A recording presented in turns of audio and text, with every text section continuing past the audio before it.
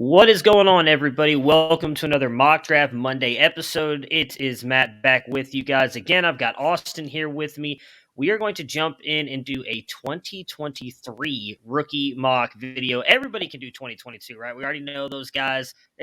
We should be done with those guys, right? It doesn't even matter. We're on to 2023 here at campus2canton.com. So me and Austin are going to jump into it and give you guys a two-round 2023 rookie mock draft.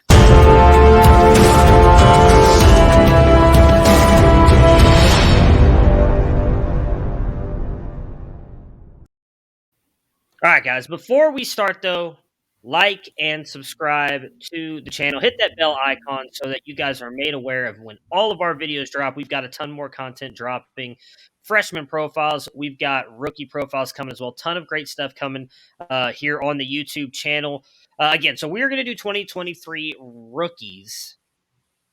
Austin, I've given you the pleasure of having the first pick. Felt like that was probably a very easy selection for you, but why don't you go ahead and kick it off here? Who you taking? Your number one pick here in a 2023 rookie mock draft.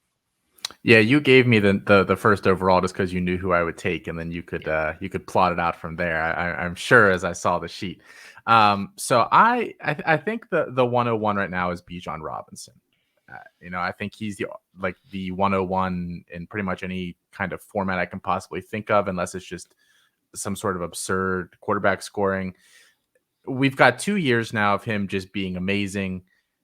He's there with Steve Sarkisian at Texas as his offensive coordinator, so he's probably going to have a nice year 3, even if they scale down his touches a little bit there.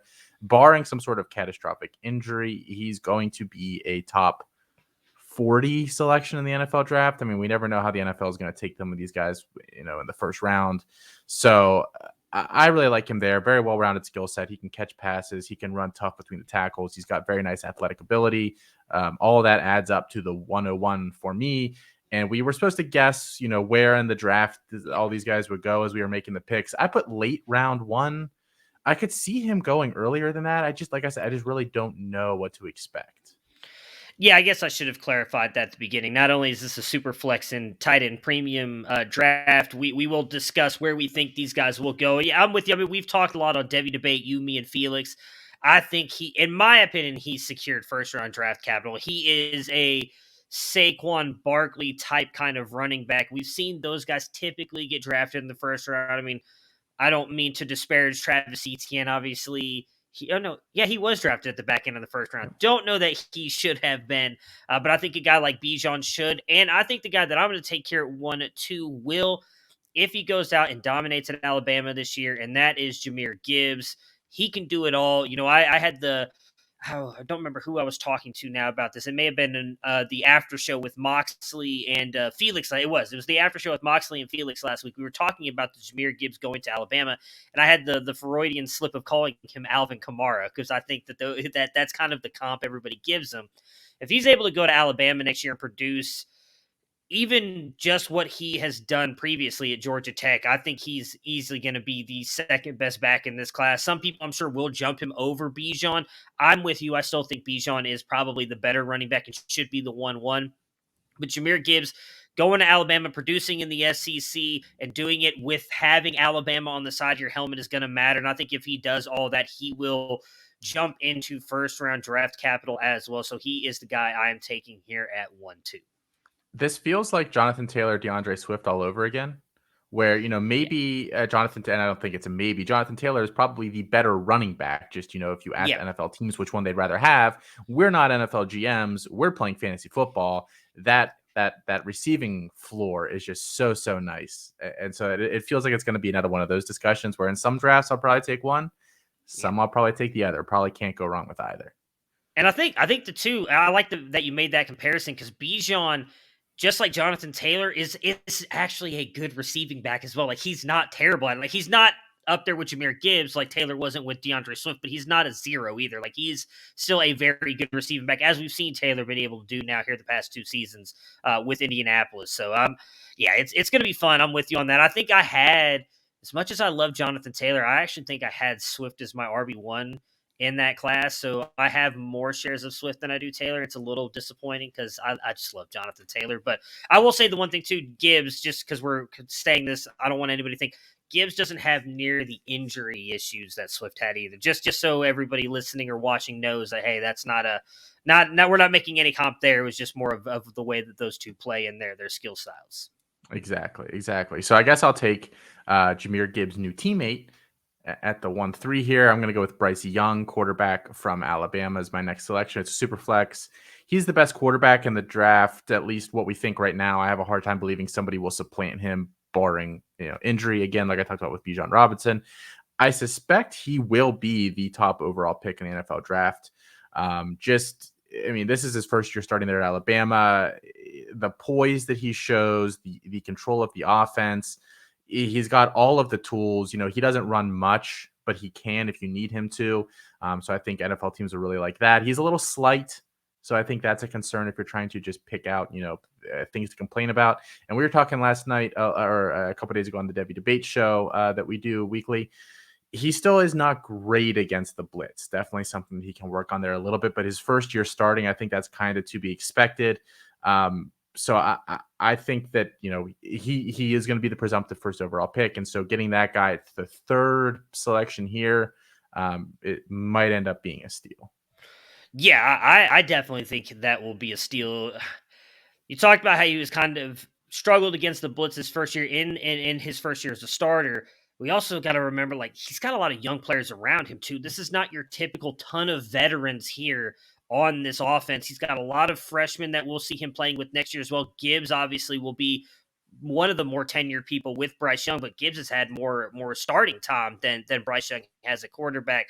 So Bryce Young, I think there's no way he takes that big a step back. If I were to talk about the quarterbacks at this point in time here, I think he's kind of in a tier of his own in this class, and then it's everybody else behind him. And I would think it's like I hate to disparage somebody here. I think he's going to have a full-on fall on your face like DJU has had this year for him to kind of fall back and not be the number one quarterback. Yeah, I'd be very surprised if he's not the top draft picks. Even off the top of my head now, I'm trying to think of a defensive player, somebody that might just jump up like a Thibodeau has this year that a lot of people are talking about, right? He might be the first round pick in the NFL draft. Or his teammate Will Anderson, right? Well, I guess that guy. That would be the name that would come to mind. Yeah. Yeah, but I don't see any way he's not at least the first quarterback off the board. Because I don't really love the quarterback class at the moment, there's still a whole year for that to change. I'm going to go with the best wide receiver I've seen the past couple seasons. That's Kayshon Boutte. It's very we don't know much about his injury still. They haven't really given us a real idea of what happened to him. There's rumors that he was going to go into the transfer portal. We haven't seen if he's actually going to do that, if he's going to leave LSU, stay. Regardless, he's going to be on the field next year. I don't think he opts out in any way. Once he gets back on the field, he's going to remind a lot of people that he is the best wide receiver in college football. I know there's a lot of love for Jackson Smith-Njigba. I love him too, but I think Boutte is clearly the best. He's proven it 2 years in a row. I think it was a 21.44 dominator as a freshman, 23.43, and that was because he got injured. At one point before he was injured, I think he was rocking almost a 50% dominator. It was ridiculous how well he's been able to produce 2 years on the field. I think he's easily a top 10 NFL pick. I know you've said it, and I agree with you. I think he's a better prospect than Ja'Marr Chase, and we've seen what Ja'Marr Chase has done this year with Cincinnati. Boutte, when he gets into the NFL, is going to be phenomenal, and I cannot wait to see him get there. So he would be, I think, in all honesty, you could argue him probably over Gibbs and Young as well. I think Bijan is I'm with you, is probably the solidified, at least right now, 1-1 in 2023 drafts, but Boutte I could see anywhere after that. No, I agree. I think the only thing that knocks him obviously is a little bit of positional, value, with running back and quarterback probably being slightly more valuable with all these wide receivers coming out. Until we know more about that injury, I'm still going to leave him as the 101. And I think that he will come back and play at least a few games next year just to show that he's okay. So I do think that we will see him again. I don't think we've seen his last game like some people have speculated. But the next guy is JSN, Jackson Smith-Njigba, that you talked about. I took him here at the 1-5. You said Kayshon Boutte is a probable top 10 pick. I would probably agree with that. Depending on the severity of that injury right now, I think we can only say it probably doesn't matter. He goes top 10. I have JSN as probably a top half of the first round kind of guy, depending on what team needs up there. He's the best receiver at Ohio State right now, a team that features Garrett Wilson, that features Chris Olave, and then obviously behind him in the pecking order, you've got Julian Fleming, the number 1 overall wide receiver in his class, Marvin Harrison Jr. I mean, there's just tons of talent there, and I think, in my opinion, he is the best one there.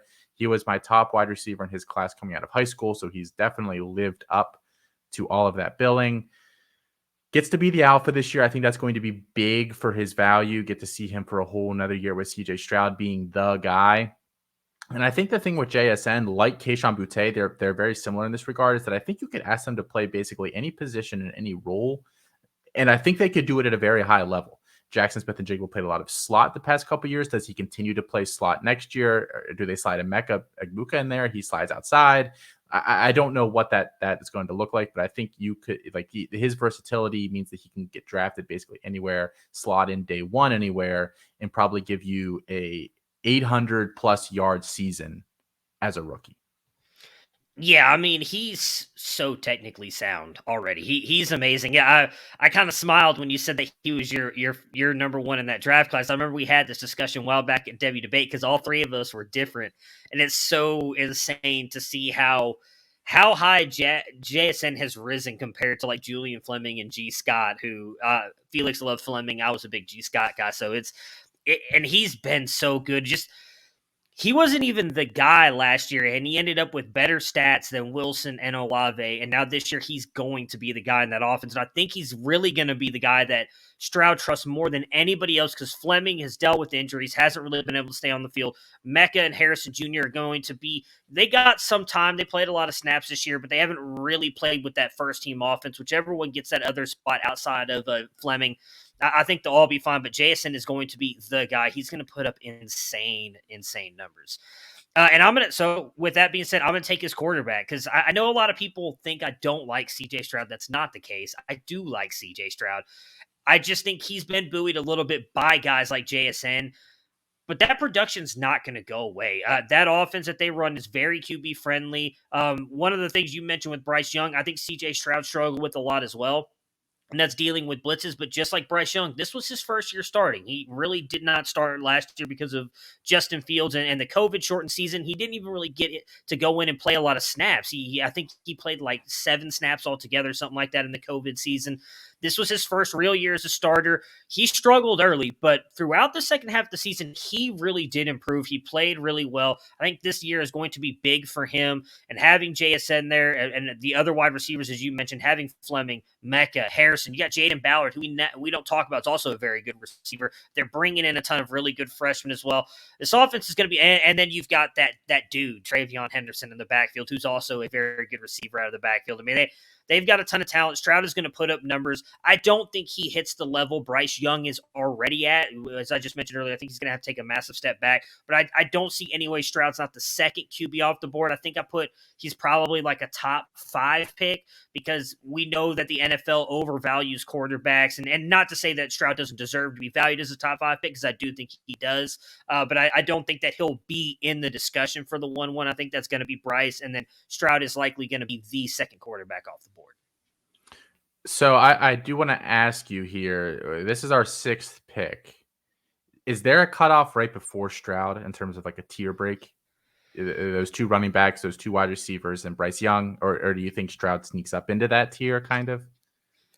I think he might, if he produces again like he did this past season. And as you mentioned, especially because this is a super flex draft, like, people want quarterbacks. It's the extra value added onto that, I think, probably sneaks him up to the first tier. But I'd be fine with saying it ends at JSN. Like, and it's not to disparage the guys we're all about to pick, because I think going even deep into the second round, there's guys that I really like. But I think that tier 1, I won't fight you if you say Stroud deserves to be in there. I would probably cut it at JSN and say Stroud deserves to be right there at the top of that second tier. Yeah, no, I mean, that's kind of the cutoff for me as well, kind of top 5 as of today. And then we've got 5 or 6 guys here, starting with Zach Evans, who I took at the 1-7. currently in the transfer portal. We don't know where he's going to be playing next year. And I'll talk about my concern with his landing spot here in just a second.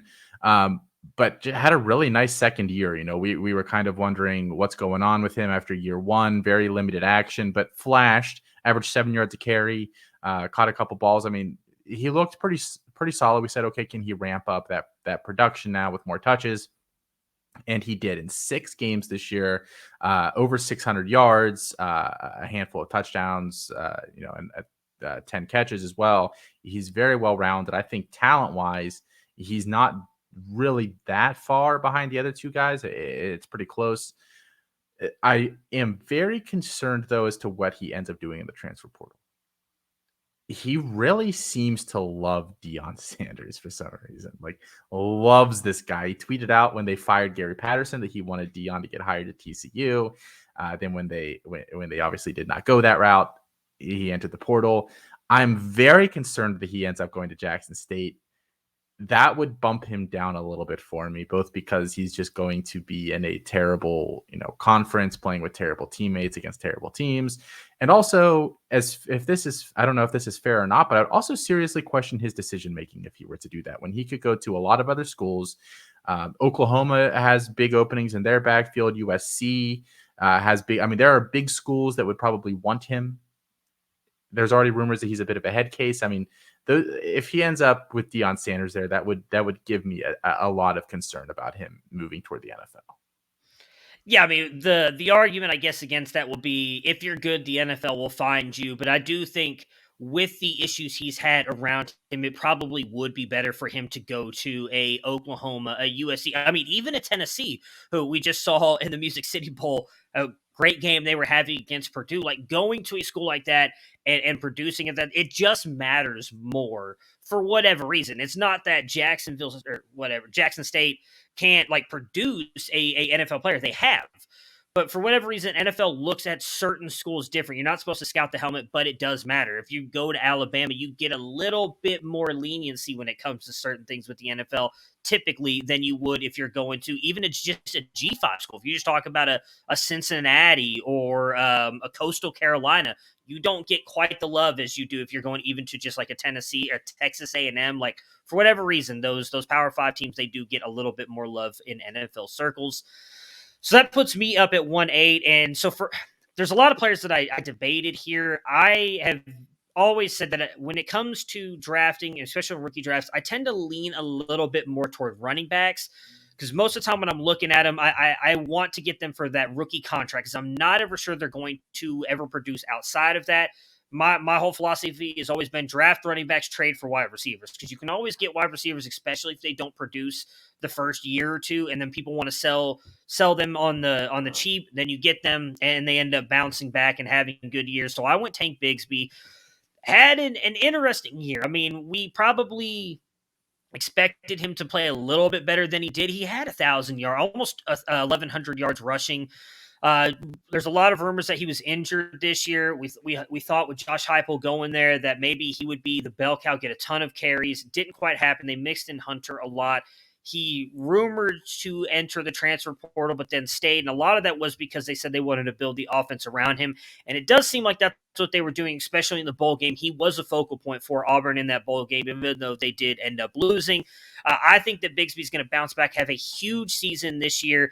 And I'm not necessarily worried about him going to the NFL. I don't think he has the upside of the 3 running backs that we've taken ahead of him here. But I think just as a pure runner, he is very good. He's not a 0 in the receiving game, but I don't think he's quite as good as Evans, Gibbs, or Bijan. So I think he can go somewhere and easily be that first and second down back, maybe a third down back as well. But I think regardless when he goes, he's going to be able to produce in the running game, and that's why I think he falls to 8 here. I know there's a lot of people who have him as the number 1 running back in this class. I don't agree with that, but I think 1-8 here is still fairly decent value for him. Tank Bigsby's sophomore year just reeks of J.K. Dobbins' sophomore year. We've talked about this before a little bit. J.K. Dobbins, for those that are too young to remember, oh, good Lord. His first year was great. Had over 1,000 yards, I believe, as a true freshman. Like, everyone was like, wow, like Jonathan Taylor, J.K. Dobbins, these guys are just going to run that conference. And then J.K. Dobbins looked like crap as a sophomore. And we didn't find out until 2 years later that he was really, really dinged up, and it just kind of set him back there. So I suspect something similar is happening there with Tank Bigsby. So I am up next here at the 1-9. Tank is kind of my last running back that I feel really good about here for a little bit. So I went with Jordan Addison, wide receiver from Pittsburgh. Swear this is not a homer pick as a Pitt alum. Won the Blitnikoff this year, had a great season there with Kenny Pickett. I like to think, that was a very symbiotic relationship between Pickett and Addison, where Pickett probably wouldn't have been as good without Addison. Addison probably would not have been as good without Pickett. So it kind of goes both ways. 17 touchdowns this year, almost 1,500 yards receiving, might top that in their final bowl game, almost 100 catches. I mean, it just a big season. And the big thing about him is he's kind of still learning the position a little bit. Like, he was designated as an athlete coming out of high school, and pretty much every school that wanted him as a safety. Pitt was one of the few schools that said, if you come here, we will let you try to play wide receiver. Best wide receiver on the team as a freshman. The rest is history. So I think he gets mid-late round 1 draft capital is probably the range I think he goes in. 6 foot 175. Maybe he needs to gain a few pounds, but nothing crazy there. He's a good athlete, another well-rounded guy. So I feel really good taking him at the 1-9 as the third wide receiver off the board. So with the first round draft capital, what would you value him NFL fantasy wise? Is he more of like a wide receiver 2 for you when it comes to the NFL side? I have a like wide receiver 2 grade on him. I think he can have a long career as a Robert Woods-ish, like that's kind of, the ceiling that you'd push to, or a Calvin Ridley or somebody like that. Those guys that like kind of are on that boundary between wide receiver 1, wide receiver 2 every year. That kind of feels like his range to me.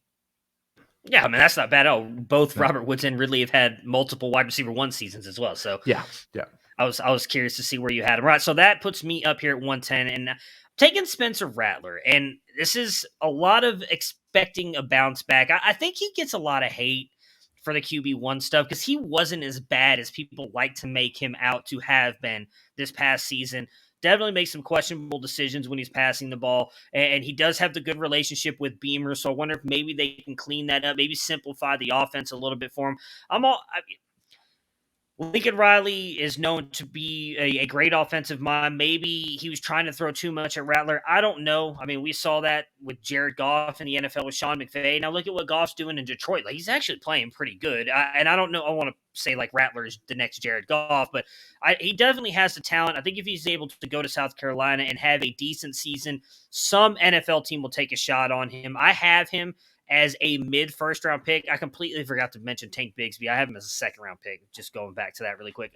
Spencer Rattler, I think someone will take a shot at him as probably a mid-first because the tools are there. If he has a good season, a lot of NFL teams value having that fifth-year option. Just look at a Baker Mayfield right now, right? Like, he's had one good season, one bad season, one okay season, one horrible season. Now they've got one more year that they can really figure out what they want to do with him because they don't have to pay him. They can use that fifth-year option. I think teams value that a lot, which is why I think Spencer Rattler will be a mid-first round pick. And I'm willing to take a shot at him on the first round, especially if he goes to a decent team. Usually if you're picking mid to back end of the first, it's a decent team. You were close to making the playoffs. Maybe Rattler's able to go in there, have weapons around him, and he'll be good to go. If you had not taken him here, I probably would have taken him at my next pick. Actually, I was thinking like that's sort of the range. We've talked about this on a couple different shows that we offer over at Camps to Canton. We've had who is more likely to rebound: Spencer Rattler or DJ Uiagalelei, 2 guys that were drafted very early in drafts this past year, and then value just fell off. I would much rather have Spencer Rattler. We've seen like 2 games maybe that were good out of DJU. We've seen a handful plus out of Spencer Rattler. I mean, the guy is just reckless with his decision making, but I think he doesn't even need to complete. If he just tones that down like 40%, like we saw in the 2020 season, I think that we can project some nice draft capital there. So I think it's not like an unlikely thing that could potentially happen there, especially them adding some pieces in the portal and otherwise there. So like I said, I would have taken him with my next pick here. He was gone. Made me panic a little bit.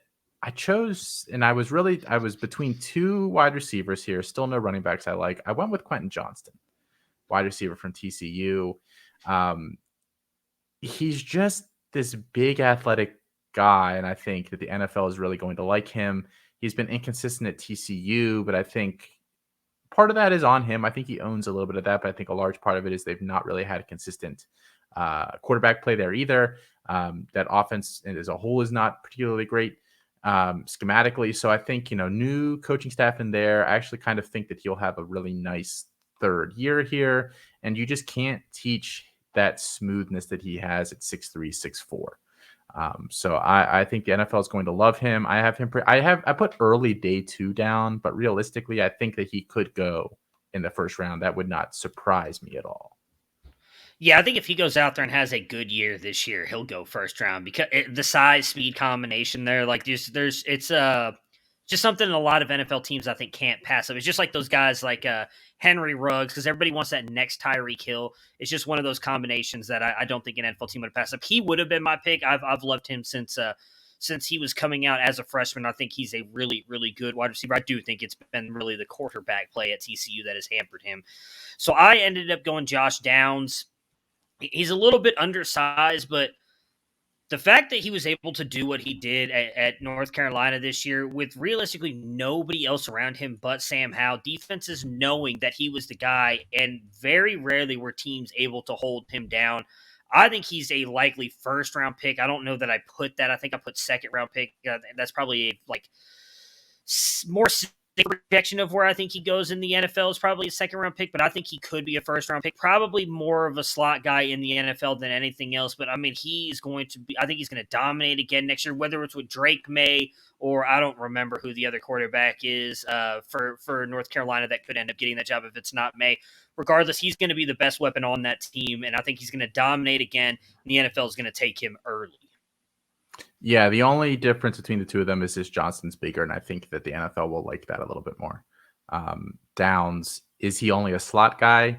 Not that necessarily matters, and I know we've had guys that have only been slot guys in college, like Elijah Moore, and then proven they can play outside. But that's just like a very small tiebreaker there between those two guys for me. So that wraps up the first round. On to the second round. On to the second round. So this is the point in these drafts. I think like the 111, 112 is a pretty hard cutoff. Like it's very speculative after that, in my opinion, which is why I've been telling people to pump the brakes on acquiring like seconds in the 2023 draft, because I don't think we necessarily have that depth yet that maybe like 2020 had. I really, really liked the depth in that class in 2021 to an extent as well. 2-1, I went Sean Tucker here, running back from Syracuse. I think I still have some questions about Sean Tucker. He's been very productive there at Syracuse. Basically, the entire offense flows through him. He's got nice size there, listed over 200 pounds. Like, I don't think there's much to worry about there. But I see people claim that he's a top tier athlete. I don't see that. I think he's an okay athlete. Like, I wouldn't be shocked if he runs like a 4.45. But I also wouldn't be shocked if he runs over a 4.5. Like, I don't think he's this 4.3, low 4.4s kind of athlete. But I do think that he's pretty versatile. I think he could play in a number of different schemes and probably succeed. Decent pass catcher. Might be better than Tank Bigsby, but not as good as those first 3 running backs that we all took. So Sean Tucker, I think, could end up being a steal at 2-1 if this were a real draft and I was drafting it today. Could also end up just being awful a year from now. No, I like Tucker, and I think if he goes out there and produces again, he'll be fine. I mean, would you have him? Well, I forgot what you just said, like round 3. So I mean, I think that's fair value for him. And at this point in the second round, people are going to take running backs that get that late round 2, round 3, or round 4 draft capital in hopes that they end up breaking out. I'm just going to say right now, apologies. I clearly missed the 212 there at the bottom. So that is supposed to be 212 on the graphics here. So apologies about that. At 2-2, I am taking Parker Washington out of Penn State. I didn't really love a lot of the running backs that were here. There's a couple guys I was debating about. I'm not really sold. There was one quarterback who's actually about to go that I was debating back and forth with, and really a tight end. Again, this is a tight end premium. I thought about taking the top tight end in this class, likely going to be a tight end one here, but there's just something about Parker Washington. I think he's going to have a really good year this year. You know, I've mentioned before, I really think Drew Aller is going to get a shot to start this year, and I think could unlock him even more for Penn State. I think that he is a very good wide receiver, can play outside, can play in the slot. I think he's going to likely end up probably being like a round 3, maybe round 2 draft pick. And I think he's landing. The landing spot doesn't matter. I don't know what the word I was looking for there, so I'm switching what I'm saying. But I think wherever he goes, he can produce. Probably has wide receiver 2 value when it comes to fantasy football in the NFL. And I just think he's going to be a very efficient wide receiver. So I'm taking him here at 2-2. Yeah, next year's going to be big for him. I'm actually working on the bowl piece for the New Year's Bowls article here for us, and he gets the chance to show if he can be their wide receiver 1 with Jahan Dotson opted out. It's going to be a nice glimpse into what we can expect going into next year. So at the 2-3 here, I took a player that I don't necessarily know if he would like. So I'm taking Tyler Van Dyke. I'll just say I'm taking Tyler Van Dyke, quarterback Miami. I put him down as a late round 1 guy because I think he could end up potentially hitting that, and that is the only way that I would take him in this range. Is if he goes, day 2, probably not taking him at the 2-3. There might be some other guys I consider ahead of him. It took over that Miami offense this year, and that offense was very poor before he was in charge. They ended up, really picking it up the second half of the season down the stretch. I think there are still some misconceptions about Tyler Van Dyke. Like, I think people still consider him. He was a dual threat quarterback coming out of high school. I think people still kind of list him that way. He had 53 carries last year for 57 yards. He's not like a runner per se. He is mobile. So I do think that works in his favor, but he's not a Konami code guy, no matter how much we want him to be. But I thought he was better as a passer than I expected too. Completed almost 63% of his passes here, almost 3,000 yards. Was very, very efficient. Not a lot of bad throws. I did watch a couple of their games this season specifically to watch him. So I think, another year stepping up there. The rumor is that they're going to hire Joe Brady as their offensive coordinator. If that were to happen, famously the offensive coordinator for that 2019 LSU Tigers offense that produced Joe Burrow, Justin Jefferson, Jamar Chase, Terrace Marshall, CEH, et cetera, et cetera. If he goes there, I think that he could really help with that development. And so this feels like a decent bet. But again, if he doesn't go late round 1, I'm not taking him there. That's just way too rich for what he is. Yeah, I mean, if he's able to continue on what he did this past season, I do think there's a shot. Again, I just mentioned it earlier that these NFL teams value that 5th round option. There's 2 guys, a quarterback that I'll take here in a little bit that I think possibly could end up in that back end of the 1st round just because a team trades up. It's like, you know what, give me that 5th year option. If he goes 1st round, I think he might, in all honesty, in rookie drafts go ahead of this because, again, super flex, someone's going to be like, oh, hey, well, I want a quarterback. I think it's a little bit of the Justin Herbert syndrome where we saw a guy like Herbert and even Mac Jones, who I know is not like lighting the world on fire, but he's been producing for fantasy.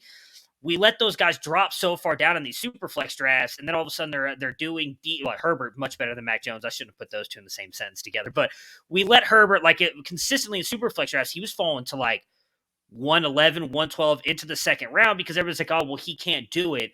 And then we saw what he did. So if Van Dyke does go back into the 1st round, I wouldn't be surprised if he goes in the 1st. I'm with you. I'd probably take him in this range. He is who I probably would have taken at 2-4, 2-6 had you not taken him right around here as well.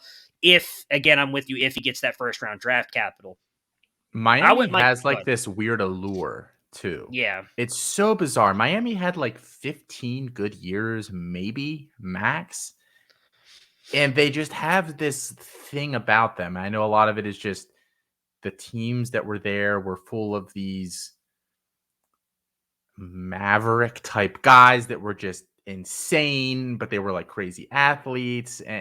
So people growing up kind of remember those teams fondly. Miami hasn't been that for a long time, but they still possess that kind of pull for people. So I think the fact people will say well, he was the starting quarterback in Miami, that shouldn't really mean anything, but I think people will make it mean something in these drafts, whether it should or not.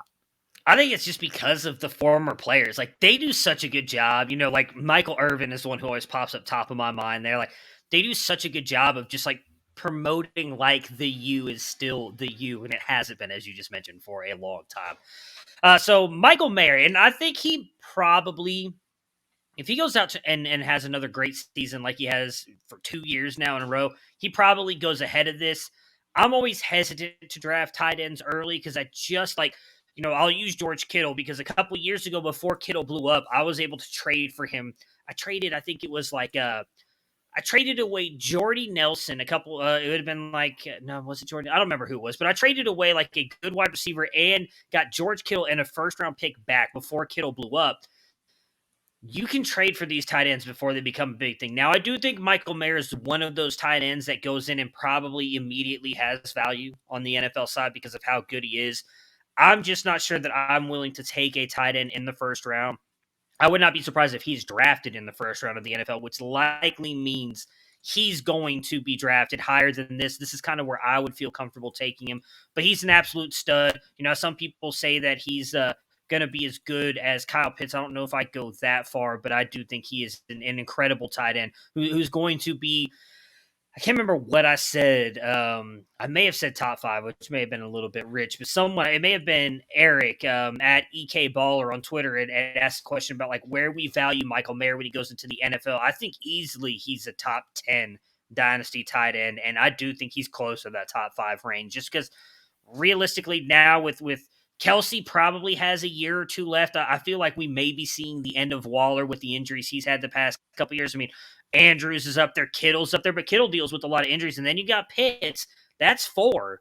Like, there's a couple guys maybe that are right there in that 5 range. I would not be surprised if Michael Mayer jumps up to that within a year or two after being in the NFL. Yeah, my hang up on Mayer and why I don't necessarily view him in the same light as some of these other tight ends, like I just don't know how explosive he is. Like he is a very big physical, like he's going to be one of the best, like the most well-rounded tight ends in the league. But you compare what he did this year to a guy like Brock Bowers at Georgia, who was a true freshman there.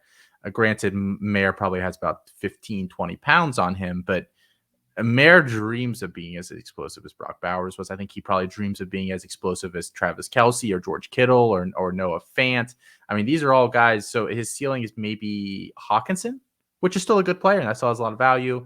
I just think we've gotten a little carried away with the Michael Mayer talk person. I think he's a very good player. Do not make us sound like don't go clip this, people, and say that Austin thinks Michael Mayer is bad. I think Michael Mayer is very good, but we're trying to kind of parse some of these things out, and I think that he does lack that just very high-end explosive ability.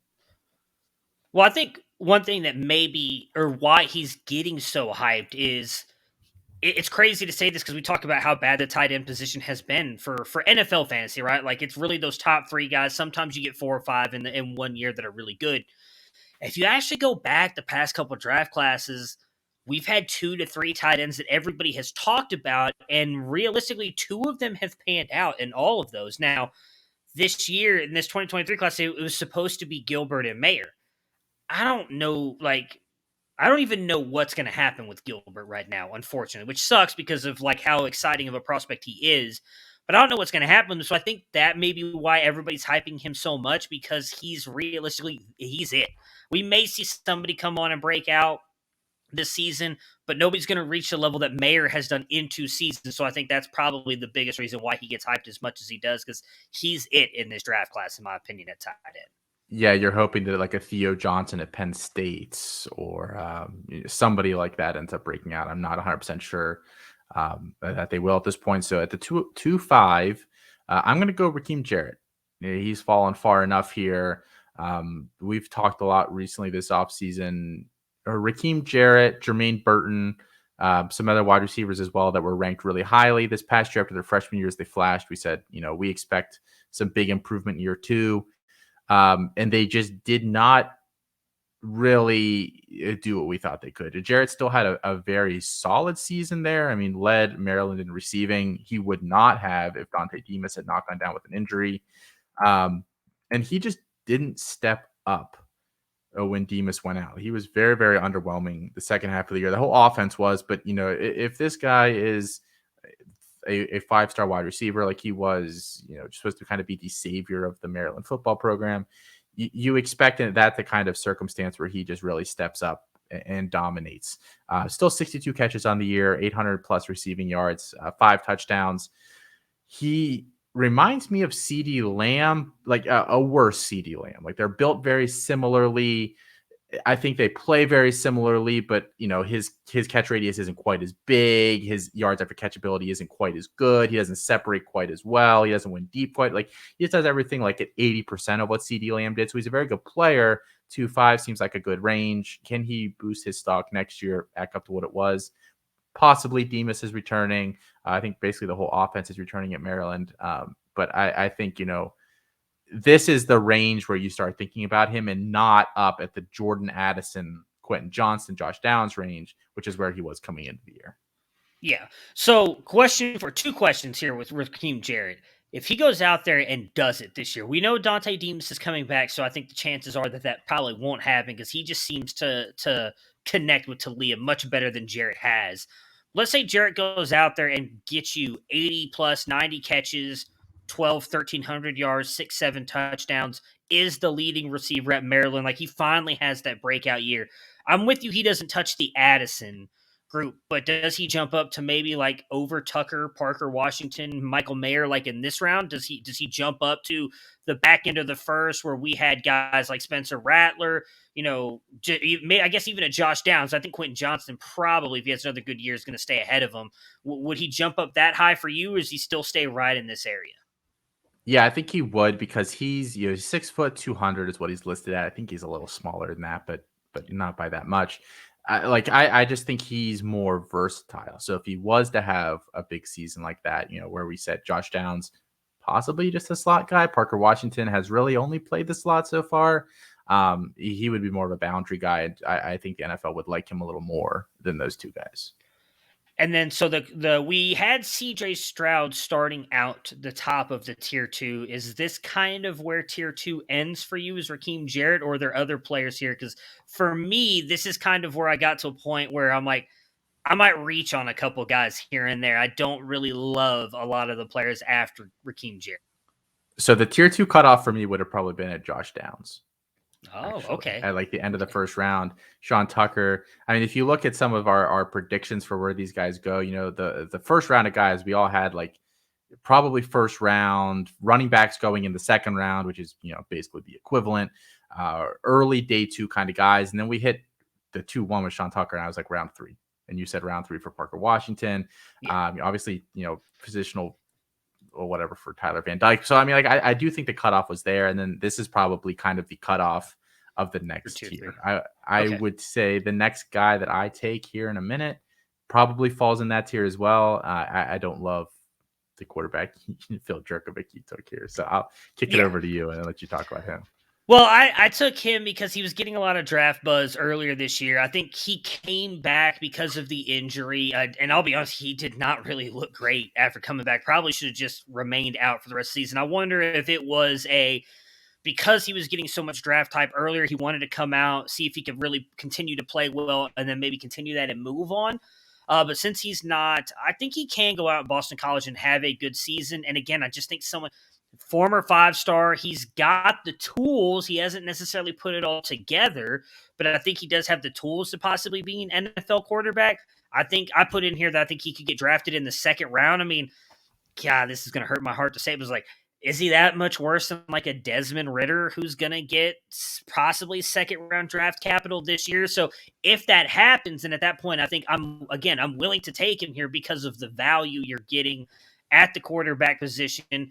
In Superflex, it elevates it a little bit more. There's not a lot of players left on the board that I love that I think will bring back major value that a Jurkovec can. Again, like say he goes to a Houston Texans in a couple of years and maybe ends up being the starter there. Like that brings back value. May not ever really be that good for fantasy, but you could then turn around and possibly flip him to someone who needs a quarterback. And that's kind of how I value players at this point in the draft. So that is why I took him. I don't have any delusions of him being like a QB1 for fantasy, but it's more of like playing the value game at this point and thinking if he gets second round draft capital, what I might be able to get for him at some point is why I'd be willing to take him here. His value, in my opinion, feels very similar to like Davis Mills as the ceiling. So, yeah, I mean, I think, if you're midway through the second, you think that he can end up being that kind of player, then yeah, it's a really good pick. I didn't love Davis Mills either, so I could just be Yeah, wrong well, on Phil Jurkovec. Yeah. he's So making us look really bad right now. I mean, and props to him. So yeah. So can Jurkovec be that guy? Yeah, he could be. He's never been particularly accurate, which kind of scares me a little bit. I believe he completed 61% of his passes in 2020 and then 54% this year. Now, granted, he probably came back way too early from that hand injury or shoulder injury or whatever it was, but um, that's not what you like to see in 2021, where guys yeah, are, completing 72% of their passes or whatever, yeah. is. I think he should have just sat out. I do think a lot of it was because I mean a lot of the people are saying, oh, this guy is like moving into like high end QB draft buzz, and then he gets hurt, and I think a lot of that was okay. Well, I'm going to come back and show him all that I'm still good, and that did not work well for him at all. Yeah, not a great gamble there. So next up for me, Jermaine Burton, wide receiver at Georgia, another like Rakim Jarrett guy that we had ranked very highly coming into the year and then kind of disappointed. Granted, some injuries, some instability at the quarterback position there, and the fact that Brock Bowers is apparently just an otherworldly player, which none of us could have possibly predicted coming into the year, sent Jermaine Burton down a little bit. Basically just recreated his freshman year. He had 27 for 404 and 3 as a freshman, had 23 for 412 and 4 this year. So identical years, basically. Really not that much growth there. But he has all the tools. At 6'2", 200, he's got very good speed. I would not be surprised if he runs right around a 4.4 at the combine whenever he comes out. Georgia just doesn't really know how to use him, and Stetson Bennett is not a guy that really can consistently push the ball downfield anyway, especially to the perimeter. Rumors that he's leaving Georgia, that would be great for him. I don't know where he ends up. I want to send everybody to USC this offseason. I think USC would be a really good spot for him there. He would fill a need that they don't really have. But I think, for him to realize his full potential, I think he does need to leave Georgia. I don't think Georgia will ever use him in a way that will get him more than a round 3 guy, which is what I kind of had him listed as here. Yeah, I mean, he's one of the guys that I've considered taking. I really want to see what he does this year because he's just never really had that season that just kind of awes me, I guess is the way to put it. And neither has the guy that I take here at 2.8, but I think it's coming. And that's Julian Fleming. Why can't he be Jamison Williams this year, but just doesn't transfer? Like, I think we talked earlier about what JSN's going to be able to do at Ohio State and CJ Stroud being the quarterback. If Fleming can stay healthy, he brings something to the offense that none of the other wide receivers can with that speed. He was comped to, I know none of us really agree with it. He was not the number one wide receiver for any of us. He was the number one wide receiver in his class. A lot of people comped him to Julio Jones. They don't just throw that comp around. Like he's a very good player. He's a physical freak, but he was very raw. Brian Hartline, for all the crap that Felix likes to give him about never putting a wide receiver in the first round, and PJ Fleck has done it twice in his entire career. Well, Brian Hartline's about to tie PJ Fleck in 1 year, and that's going to happen this year more than likely. And then he's going to beat that next year when JSN goes in the first round. So he knows how to develop wide receivers. Fleming has been there for 2 years. It's been more injuries than anything else that has kept him off the field. If he goes out there and has a massive season, people may overdraft him because of what he can do, speed, and he's got good size and everything he brings in. And having that Ohio State again next to his name and on that helmet will matter. I think he likely gets drafted in the 3rd, maybe the 4th round. And he's a guy that just because of the physical tools, if it gets unlocked, I'm willing to take a bet on this late in the 2nd round. Yeah, it's certainly not a bad bet. I know I've talked about it on multiple shows this week that I've recorded. Like it feels like people had him and Damon DeMoss as kind of 2 of the top guys in their class because they are both just these big athletic players, and imagine what they could be once they learn how to play football. And I think it's making a lot of assumptions that these guys ever do learn how to play football. Damon DeMoss feels dead to me, and Julian Fleming feels like he's playing possum a little bit. Like he's been injured, he's been banged up. Get him out there a full year, a full off season. I think that he can do something there at Ohio State. At the 2.9, give me Marvin Mims, wide receiver at Oklahoma. This feels like a good range for him. A guy that I was not as high on coming into the year as some other people. He cracked the top 5 wide receivers for a lot of analysts. He was like a wide receiver 7 or 8 in the class for me. So I didn't think he was crap, but I didn't have him rated that high. And the thing with him is that stylistically, like, he is mostly played in the slot in college, but they use him as a field stretcher. And that's a very, very odd combination. The NFL does not, outside of, using a tight end in the seam, kind of run a seam buster. They don't generally use the slot to stretch the field that much. So does Mims either have another skill set or can he play outside? Those are kind of the two questions there. But he averaged 22 yards per reception this year, had a handful of touchdowns. I do think he meshes very well with Caleb Williams' skill set. We saw that he scored at least one touchdown in the bowl game. Might have had another one. I saw he caught a long one. A full season there with Caleb Williams could do wonders for him. And yeah, like you were talking about a few minutes ago, at this point, you're kind of just, it's value and speculating on some guys. And he feels like a decent bet here. I put him down as a round 3, like late day 2 kind of guy. Yeah, I mean, especially if he goes out there, as you mentioned, he's got that good connection with Caleb Williams. He goes out there and has another really good year. Again, there's no reason not to bet on a guy like that. I'm sticking right here with Oklahoma, and I'm going Eric Gray. And we got even more good news if you're someone who rosters Eric Gray right now. If you're a fan of him, Kennedy Brooks is going to the NFL. That, I think, opens up this backfield even more for Eric Gray, because there was a lot of questions on if Brooks would come back. They're bringing in a 5-star kid or a high-end running back in Gavin Sawchuk. Gray, made a great catch in the bowl game the other night against Oregon, has looked okay at times. If he's given the reins in this backfield, I don't know that he gets really great draft capital. I'm not really sold on him as like an overall like running back that's going to lead a backfield. But if he gets 4th-round draft capital, again, I know you kind of mentioned it earlier, but in my opinion, you have to kind of like subtract the 1st round away from running backs, because teams don't typically draft running backs in the 1st round anymore. So 2nd-round draft capitals first. You just kind of move everything up one for running back. So realistically, 4th-round draft capital for running back is good. If he goes to an NFL team, I think he can produce. And at this point, and especially in a dynasty league at 210 pick, I'm taking a running back who might end up being something, because again, you're just taking shots on players, and good receiving back as well. We've seen him produce in college. We've seen him have flashes. I don't know that he ever puts it all together, but he's a guy I'm willing to take a bet on this late in the draft.